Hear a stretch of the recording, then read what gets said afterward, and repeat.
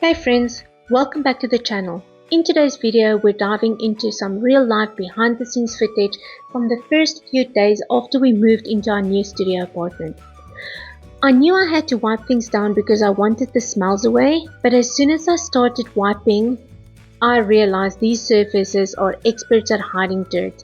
Every corner, every handle was just caked with grime and it was so sticky. That was when I realized that before I could even think about cooking here, give this place a deep clean. It was a very strange experience living in a place where I actually did not want to walk around without shoes. I did not want to use the shower or even make us coffee in the mornings. I was so relieved when Monday came around for Andrew to go to work so that I could jump in and start cleaning. What surprised me most about deep cleaning our home was how unfit I was for the work I was doing. I believe myself to be relatively active, but housework is slightly different, and there is an aspect of overwhelm that came with this project. So most people handle stressful periods being unable to sleep, whereas I am the opposite. All I want to do is sleep. But then I am also goal driven, and both me and Andrew function best when our environment is stable and familiar, so I knew I had to at least get the kitchen done that day.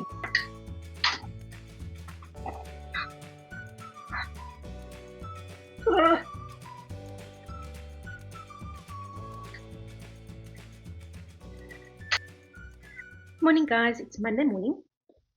We moved out on Saturday morning between 8 and 12. I showed you a bit of the packing. I didn't show you anything on Saturday, so I showed you a bit of Friday.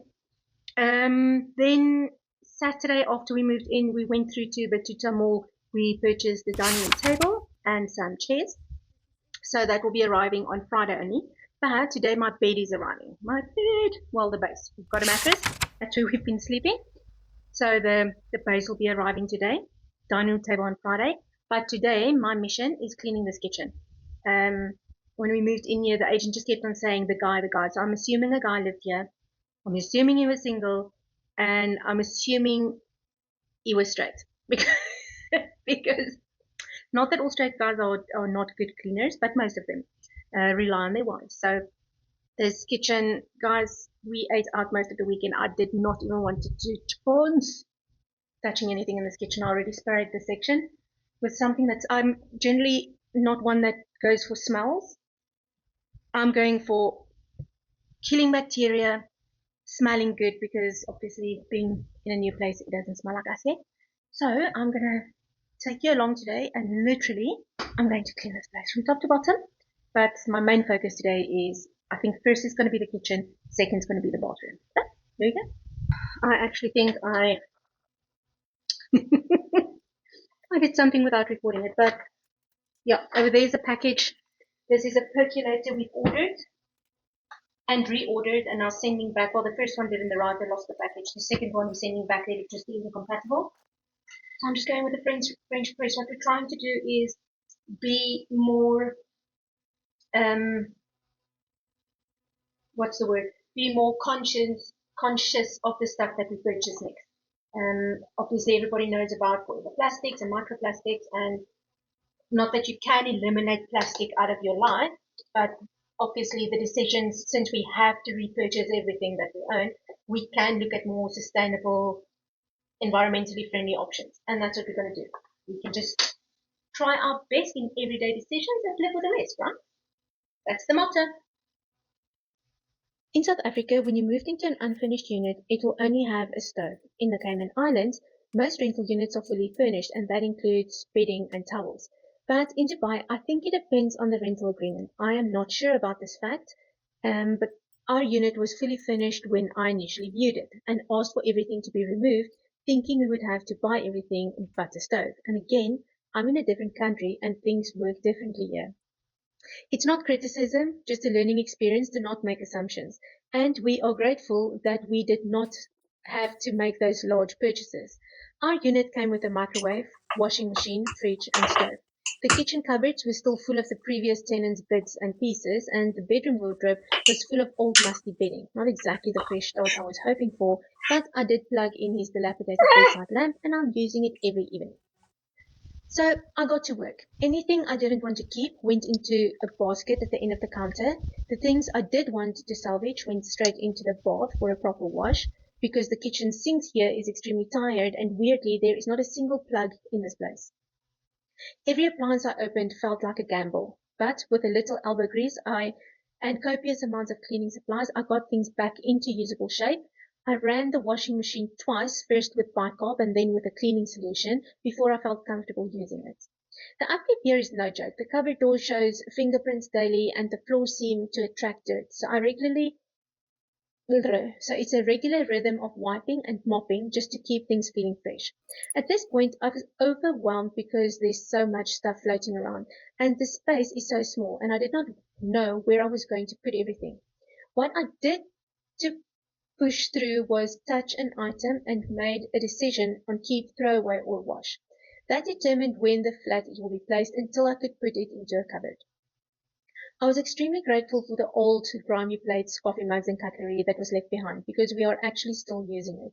We are setting up the home cache and we will repurchase over time, but until then, we function just fine. I initially packed things away in a way that made the most sense at the time, but as we bought our furniture, I've had to rethink where I put stuff. And if I'm honest, I need to go through everything again. Living in a small space is a commitment, but what I've learned is that tiny living pairs really well with minimalism. There is simply no room for clutter. It's a journey, and we're building it one scrub, one basket, and one intentional choice at a time. Okay, it's the following day. What happened yesterday is I stopped filming roughly when I started cleaning behind the oven, and that's when the guys arrived to set up the bed. Like you can see right behind me, there's the bed. I was overwhelmed. It's been a while since I had to clean and really deep clean any of my properties. I was very lucky in the Cayman. In South Africa, my house was kept clean, and when a house is kept clean, you generally just do a top wipe once a week. And when you see a little mark or a dust bunny, you get rid of it right there and then, and your house stays remarkably clean. But I think, like I said yesterday, a bachelor stayed here, and scary that I know he had to have cleaned before he left, and I know someone cleaned before we moved in. And with the amount of cleaning that I still did yesterday on top of the cupboards, I think I went on and on about that washing machine yesterday. I did go out this morning. I purchased one of those packets to deep clean the washing machine, so I ran another cycle. Amazing how dirty that water was. But overall, kitchen is mostly done. The bed we received is a storage bed. I did pack everything that was shoved into the corner yesterday in underneath the bed, and there is still one duffel bag that needs to be unpacked. I'm still looking for my measuring tape. So, like you can see, I set up here using the suitcases as you can see on that side. I'm using the very large suitcases as bedside tables for now. We will be purchasing some bedside tables end of the month.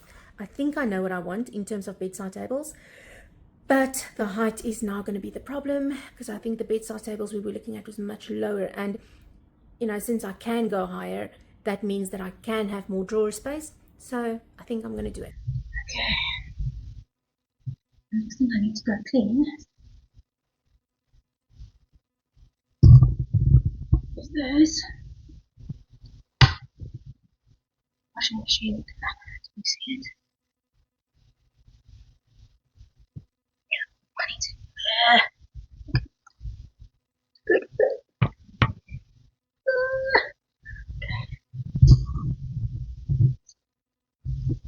Hi guys, it is Chanel from the future here. I'm busy editing the video and I actually just finished a load of washing, and I thought, let me show you quickly how I, to this day, put the washing machine to sleep overnight. I literally do load every single day because I only have one drying rack. So over here's the drying rack and I can't fit much onto it. And then over there is the washing machine. I leave the door open, take this out and I turn it, put it in there.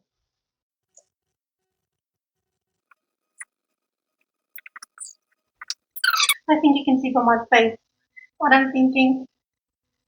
How the hell do you get your clothes clean? Machine is this dirty. And that's how I put my washing machine to bed every single day, because it's still, when I leave the door closed after a wash, it stinks. It smells grimy, dirty, moldy. I don't know. So that's how I leave it. And the red mold that did grow on it when I found it actually comes back fairly quickly. Yeah. I initially, the first time I used it, I wasn't washing as often because I didn't know that I couldn't fit as much onto a washing rack that it's a 7 kg machine, so you can't do a large bundle at a time. I didn't know. I'm used to having a speed queen in South Africa. So, and even at the other place, well, both my other units I stayed in had very large machines. So this one was smaller. It took me some time to get used to it. But yes, that is how I put my washing machine to sleep and take care of it so that I can prevent that mold buildup that was obviously in it when I found it.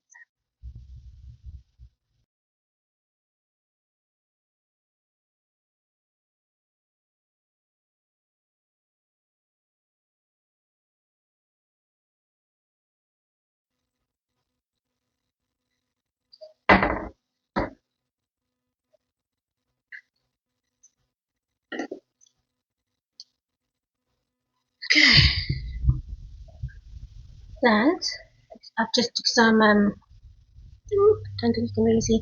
Just took some bicarb and I put that on the wash rinse. Now there's some rust marks. It's not bad behind here. Just gonna see if I can get those rust marks. I don't know if you can see that. Yep, you can. Can you? Yeah, you can see all of this. Yeah.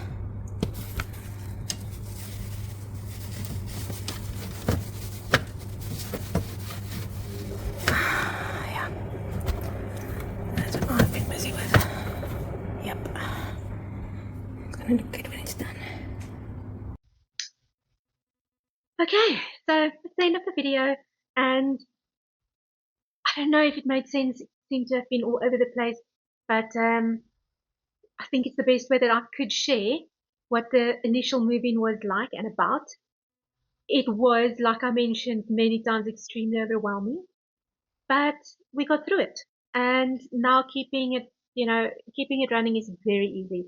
When you downsize and when you downscale into a small space like we did, you really have to be committed to it, because if you're not going to enjoy it. It is definitely, if you're not used to it, if you're used to a larger space, it's definitely something to get used to. When we lived in South Africa, we had a 2 bedroom, 2 bathroom. Going to the Cayman, we had 1 bedroom, 1 bathroom.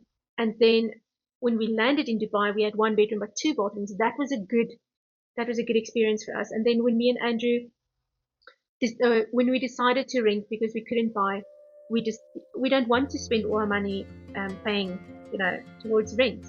I'd rather have that money in my bank account. So we decided to go small. I was looking into going small when we lived in South Africa. I was looking at a camper van, like a caravan, or even a tiny house. That's literally what I was looking at if we would have moved down to the Cape. So tiny living has always been something that intrigued me and fascinated me, because not only that you can use your money so much wiser, because why do you need to spend your money owning earthly possessions? When you own that many possessions, they actually end up owning you, and it's a lot of upkeep when you have to wash all the clothes and dust all the things. And I keep on looking, and no judgment here, I just have to smile. It's people that say, I want to, declutter, I want to minimalize the stuff in my life, but if you put this shelf up so that I can chuck a few things on there. And I'm thinking to myself, you realize that every flat surface you have has to be white. Every flat surface you have is more likely to attract clutter. And in the small space I have a dining room table, I have a kitchen counter, and I have a sideboard. I can tell you that each day I have to declutter and put away things on all 3 of those surfaces. When I only had the kitchen counter, I only had to do that one. When I got the dining room table, then I had to start doing that one. And then at the end of the day with the sideboard, now I have to do 3. So the more flat surfaces you have in your house, the more decluttering, packing away, and dusting you will have to do more often, because they will attract stuff. It's just, I think it's a law of attraction. I think Newton forgot to write it in his book. That's a law of attraction that actually exists. In any case, guys, thank you for tuning in. Thank you for being here. I do appreciate that you spend some time of your day with me. And until next week, enjoy minimalizing your life. Bye. And that is about that for that.